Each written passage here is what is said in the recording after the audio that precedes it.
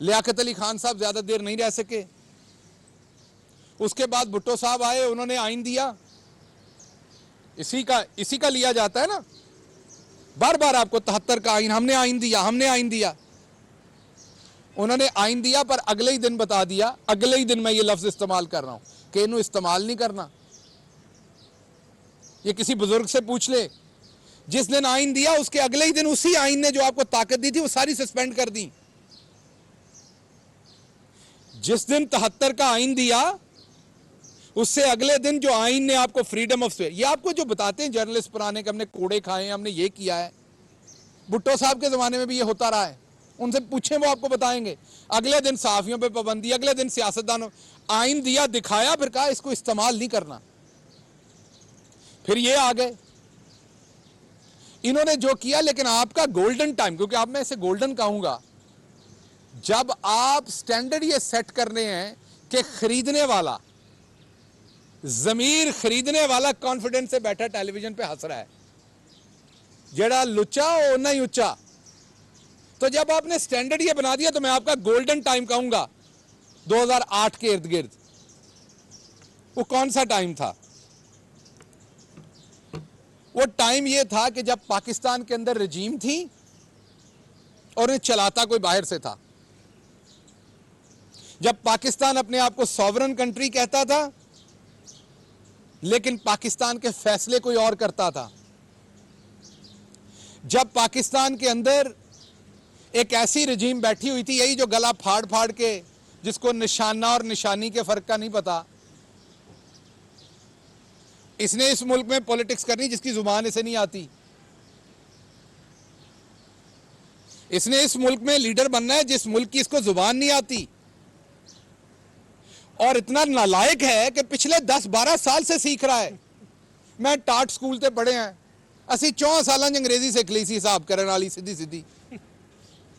टाट स्कूल से उठे थे, 6ठी जमात में पहली दफा पता चला था कि एबीसी लिखनी सीखनी है। बड़ी एबीसी लिखनी सीखी, उसके बाद पता चला उन कमबख्त छोटी एबीसी भी लिखनी सीखनी है। तो हमने 5 सालों में अंग्रेजी सीधी कर ली थी। ये किस कदर नालायक बच्चा होगा। और आप सोचिए, हमने अंग्रेजी सीखी थी जहां हमारे जो टीचर, अल्लाह उनके इकबाल, उनकी इज्जतें बुलंद करे, वो बेचारे भी अंग्रेजी नहीं बोलते थे, हमारे माँ बाप भी नहीं बोलते थे, हमारे मोहल्ले वाले भी नहीं बोलते थे, तो हमें सुनने को नहीं मिलती थी। गांव में हमारे टीवी के ऊपर CNN भी नहीं चलता था, दूरदर्शन आता सी कभी कभी एंटीना हिला के, तो PTV आता, तो हमें तो अंग्रेजी सुनने को भी नहीं। आप जुबान सुन के बोलते हैं, बच्चा माँ की बात सुन के बोलता है, इसीलिए आप उसे कहते हैं बेटा कहो बाबा, फिर वो वापस रिपीट करता है। तो हमें तो सुनने को नहीं मिलती थी। इस नकम्मे नलायक को तो 24 घंटे उर्दू सुनने मिलती है। तो ये कितना नालायक होगा बच्चा कि ये पिछले कई सालों में 2 अशरों में या 1.5 अशरे में उर्दू नहीं सीख सका। तो एक तो पहले लीडर बाद में बना लीजिएगा, इसे पहले अच्छा स्टूडेंट बना लें, पहले इसको उर्दू सिखा लें। तो इनके वालिद की हुकूमत थी, जो गोल्डन टाइम था आपका। बाहर के मुल्क से बैठ के ये मुल्क कंट्रोल होता था। इनका एक सफीर था जिसने 400 से ज्यादा एजेंटों को यहां वीजे दिए। पाकिस्तान की सड़कों के ऊपर वो दंदनाते फिरते थे।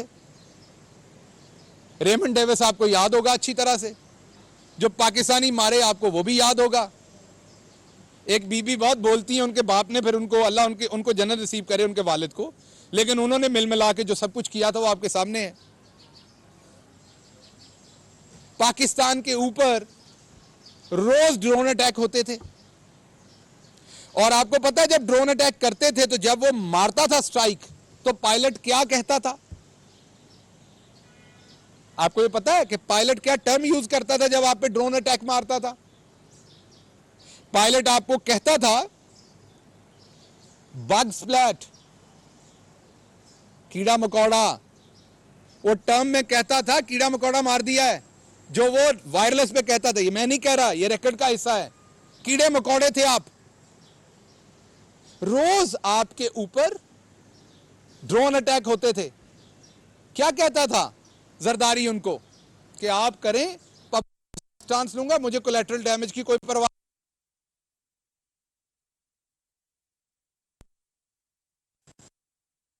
जिसमें हमारा कुछ बंदे को कहते हैं हम अमेरिकी एजेंट हैं, जो यहां से पढ़ने और 4 पैसे कमाने गए थे वहां। अमेरिकी एजेंट तो तुम लोग हो, जिन्होंने यहां से लूट के सारा पैसा वहां रखा।